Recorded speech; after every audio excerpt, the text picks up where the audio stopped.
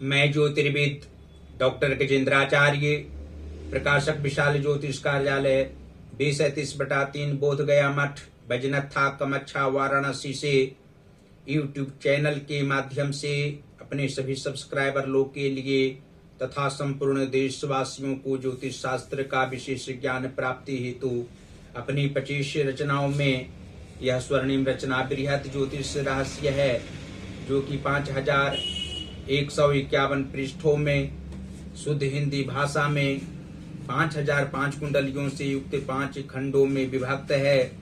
इस ज्योतिष महाग्रंथ बृहद ज्योतिष रहस्य को इतनी कलम अर्थात 525 कलम से मेरे द्वारा रचना हुई है। आज आप लोगों को जन्म कुंडली के द्वादश भाव में चंद्र और केतु ग्रह को एक साथ बैठने का फल स्पष्ट शब्दों में वर्णन करने जा रहा हूँ। जन्म कुंडली के द्वादश भाव में चंद्र और केतु के मेल से जातक सामान्य चाल चलन वाला एवं मधुर वाणी होना स्वाभाविक बात होती है। विद्या के क्षेत्र में सफलता ये जातक प्राप्त करते हैं। धनाभाव कभी नहीं होता है और विपरीत समय में भी क्रोध इन्हें नहीं आता है। विवाह के बाद कुछ स्वजनों के द्वारा व्यर्थ की चिंता इन्हें होती है, जिससे जातक को उससे हानि होती है, लेकिन आगे समय अनुकूल सदैव रहता है। केतु से कुछ समय तक शारीरिक कष्ट होता है, परंतु फिर सही रूप में सुख भी देता है। चंद्र तो सहायक जीवन पर्यंत जातक को रहेंगे। व्यय भाव स्थित चंद्र और केतु के मेल से जातक अपव्यय किसी भी क्षेत्र में धन का नहीं करने वाले होते हैं। खराब संग में जाकर भी कर्महीन नहीं हो सकते। अपनी पत्नी से बहुत प्यार आजीवन करते हैं तथा पत्नी इनकी असली सहारा होती है। जितनी आवश्यकता होती है उतनी पूर्ति इनको सहज भाव में उपरोक्त ग्रहों के मेल से होती है। विद्वान जातक को होने से निरंतर इनकी वाणी में मधुरता झलकती है। सत्य के भरोसे इनका जीवन शांतिमय रहता है। ज्यादा आवश्यकता इन्हें नहीं होती है, क्योंकि ये सामान्य चाल व स्वभाव साधारण एवं उच्च विचारों से सदैव युक्त रहा करते हैं। मृत्यु के समय देखते ही देखते इनका प्राण निकल जाता है। और यह भी स्पष्ट शब्दों में आप लोग जान सकते हैं कि जन्म कुंडली के भाग्य भाव के स्वामी मंगल ग्रह हों तथा धन भाव के स्वामी भी मंगल ग्रह हों, अर्थात मेष राशि का धन भाव हो और वृश्चिक राशि का नवम भाव अर्थात भाग्य भाव हो, तो द्वादश भाव स्थित चंद्र और केतु के प्रभाव से जातक का जीवन कष्टकारी नहीं होता है। धन का अपव्यय करने वाले ये नहीं होते हैं। धन की अधिकता कभी कभी मध्यावस्था के उपरांत ज्यादा रहा करती है। इनके विचारों में उत्कृष्टता हमेशा रहा करती है और आयु के 33वें वर्ष से 45वें वर्ष के मध्य में जातक संघर्ष पूर्वक धनोपार्जन अधिक रूप में करते हैं। किसी भी रूप में जातक को आलस्य नहीं आना तथा धनोपार्जन करने में अभिरुचि रहना स्वाभाविक बात होती है। और जन्म कुंडली के कर्म भाव के स्वामी गुरु बृहस्पति हों तथा मातृभाव के स्वामी बुध ग्रह हों, तो द्वादश भाव स्थित चंद्र और केतु के प्रभाव से जातक कर्महीन व्यक्ति नहीं होते हैं। कर्महीन व्यक्ति के साथ संग करने वाले नहीं होते हैं। इनके ज्यादा मित्र नहीं होते हैं और माता का सुख जातक को प्राप्त होता है। इनकी माता अच्छे विचारों वाली होती हैं। सभी परिवार जनों को एकात्मक भाव से देखने वाली और सदाचार की भावना उनमें रहा करती है।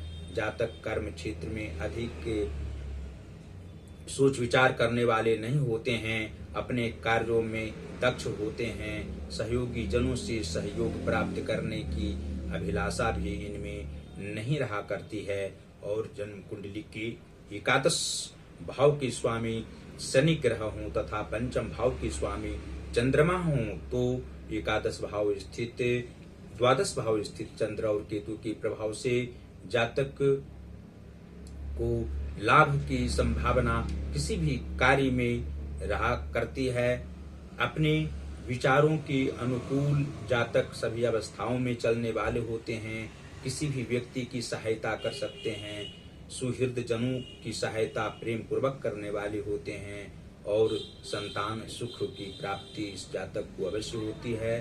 संतान सुख से इनको बहुत प्रेम और आत्मिक भाव रहना स्वाभाविक बात होती है।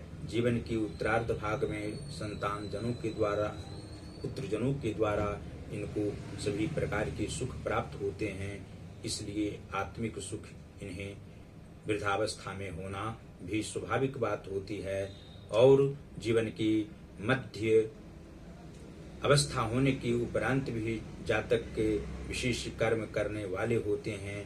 अपनी भावनाओं को किसी के सामने प्रकट करने वाले नहीं होते हैं। दुखी अवस्था में भी प्रसन्न रहने वाले होते हैं और सप्तम भाव के स्वामी बुध ग्रह हों तथा लग्नेश गुरु बृहस्पति हों तो द्वादश भाव स्थित चंद्र और केतु के प्रभाव से जातक का दाम्पत्य जीवन खराब किसी भी काल में नहीं रहता है। कुछ परेशानियों की सामना जीवन की पूर्वार्ध भाग में करनी पड़ती है। पारिवारिक क्षेत्र में विसंगति भी रहा करती है जिसके कारण इनको मानसिक कष्ट कुछ समय के लिए रहा करता है, लेकिन आगे की अवस्थाओं में प्रेम भावनाओं के साथ जीवन जीने वाले होते हैं। इनकी अच्छे परिवार वृद्धावस्था में अवश्य ही होते हैं और किसी भी कार्य में प्रसन्न रहने वाले अपने परिवारजनों के साथ ही होते हैं। अंत में यह आप लोग जान सकते हैं कि जन्म कुंडली के पराक्रम भाव के स्वामी शुक्र ग्रह हों तथा रोग व शत्रु भाव के स्वामी सूर्य ग्रह हों तो द्वादश भाव स्थित चंद्र और केतु के प्रभाव से जातक को मानहानि की मुकदमा भी जीवन की मध्यावस्था के उपरांत भी लग सकती है। इनको मानसिक तनाव अवश्य ही कुछ समय के लिए रहा करता है। मित्र जनों से हानि के अलावा लाभ प्राप्त किसी भी काल में नहीं होते हैं। मित्र ही इनके आगे चलकर शत्रु होते हैं जो अनेकों प्रकार के दुख तकलीफ हुए देने वाले होते हैं और जीवन के उत्तरार्ध भाग में मुख्य रूप से जातक को आध्यात्मिक सुख ज्ञान की प्राप्ति होती है जिससे प्रसन्नता पूर्वक अंत अवस्था इनकी रहा करती है और आयु के अष्टम भाव में शुक्र ग्रह स्वामी हों कुंडली में और द्वादश भाव के स्वामी शनि ग्रह हों और इस भाव में चंद्र और केतु बैठे हों तो निश्चित रूप से जातक अपव्ययी नहीं होते हैं। धन का अपव्यय होने पर मानसिक तनाव ज्यादा नहीं होना और आत्मिक सुख प्राप्त होना मुख्य रूप से किसी भी काल में और जातक अपने परिवार परिजनों के साथ प्रेम भाव से रहा करते हैं। आत्मिक शांति इनको ज्यादा समय में प्राप्त होती है। जीवन के पूर्वार्ध भाग में और उत्तरार्ध भाग में भी अपने विवेक से काम करने वाले होते हैं। अपनी प्रतिभा को ज्यादा किसी भी आदमी के सामने दिखाने वाले नहीं होते हैं और स्वाभिमानी प्रेम पूर्वक होना सभी अवस्थाओं में निश्चित है। अभिमान इनमें नहीं रहा करता है और जन्म कुंडली के नीच भावों में यदि शुभ ग्रह मार्गी ग्रह बैठे हों और उच्च भावों में पापक ग्रह बैठे हों तो चंद्र और केतु के प्रभाव से जातक को कुछ मानसिक तनाव उत्पन्न हो सकता है। शारीरिक कष्ट की सामना भी अकस्मात करनी पड़ सकती है। उसके लिए हमेशा भगवान शिव की आराधना प्रत्येक सुबह में करनी चाहिए। शनि की भी आराधना जातक को करनी चाहिए। इसके लिए हनुमान जी की आराधना करने से शनि का प्रभाव कम होगा और धर्म के मार्ग पर जातक चलने वाले होंगे। साथ ही भगवान सूर्य की आराधना भी जातक को करनी चाहिए। प्रत्येक रविवार को ओम घृणी सूर्याय नमः इस मंत्र का जाप करने से 3 माला जाप करने से अवश्य ही शारीरिक मानसिक तथा आर्थिक कष्ट नहीं होंगे, अन्य प्रकार के सुख सुविधाओं से युक्त रहा करेंगे। और अंत में फिर इस ज्योतिष महाग्रंथ बृहद ज्योतिष रहस्य को आप लोगों को अपने अपने घरों में मंगवाने के लिए कहेंगे। इसको विश्वविद्यालय तक, विद्यालय हो, महाविद्यालय हो या विश्वविद्यालय हो, हर जगह रखा जा सकता है। इसका अध्ययन करने से अवश्य ही ज्योतिष शास्त्र का बृहद ज्ञान प्राप्त होगा। पाठक जन को अनेकों व्यक्ति का सांसारिक सुख प्राप्त करने के लिए, सभी दुखों को मिटाने के लिए इसकी सहायता लेनी पड़ेगी और अन्य जनों का कल्याण इसके द्वारा आप लोग कर सकते हैं। इसको मंगवाने के लिए हमसे सीधा संपर्क कर सकते हैं और यहाँ हम प्रकाशकीय कार्य करते हैं। हिंदी का पुस्तक प्रकाशित करा सकते हैं, संस्कृत का पुस्तक प्रकाशित करा सकते हैं, इंग्लिश का भी बुक प्रकाशित करा सकते हैं।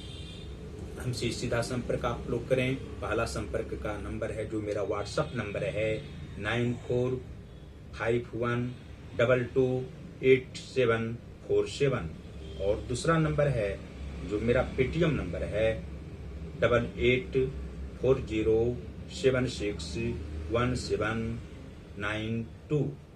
और इसके अलावा आप लोग की संज्ञान में यह हम दर्शाना चाहते हैं कि अपनी 25 रचनाओं में जो मेरी 7वीं रचना योग साधना निधि है, इस योग साधना निधि को 125 प्रश्नोत्तर में हमारे द्वारा लिखा गया है। आप लोग इसका अध्ययन अवश्य ही करें। योग साधना पर सभी प्रश्न आधारित हैं। 900 रुपये मात्र इसका मूल्य है। आप लोग अपने अपने घरों में अवश्य मंगवावें।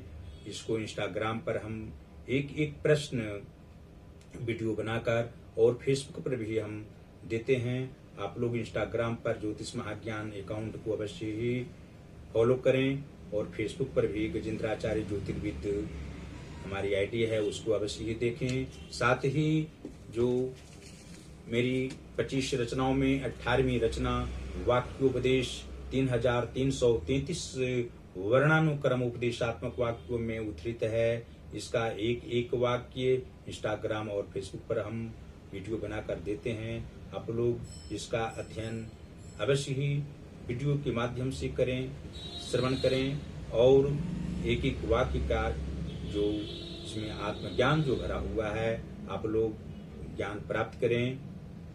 हमको आत्मिक खुशी होगी। और जो ज्योतिष महाज्ञान हमारा चैनल है, यूट्यूब का चैनल है, आप लोग अवश्य ही उसको सब्सक्राइब करें। घंटे का बटन दबाना कदापि न भूलें। देवाधिदेव महादेव और माता भगवती अन्नपूर्णा जी की असीम कृपा आप लोगों पर निरंतर बनी हुई रहे। आप अपने परिवार परिजनों के साथ सुखमय जीवन व्यतीत करते रहें। हमारी सभी वीडियो को देखते रहें। हमारा ज्ञान जो है उसको आप लोग प्रेम पूर्वक परिवारजनों के साथ प्राप्त करते रहें। इसी शुभकामनाओं के साथ धन्यवाद।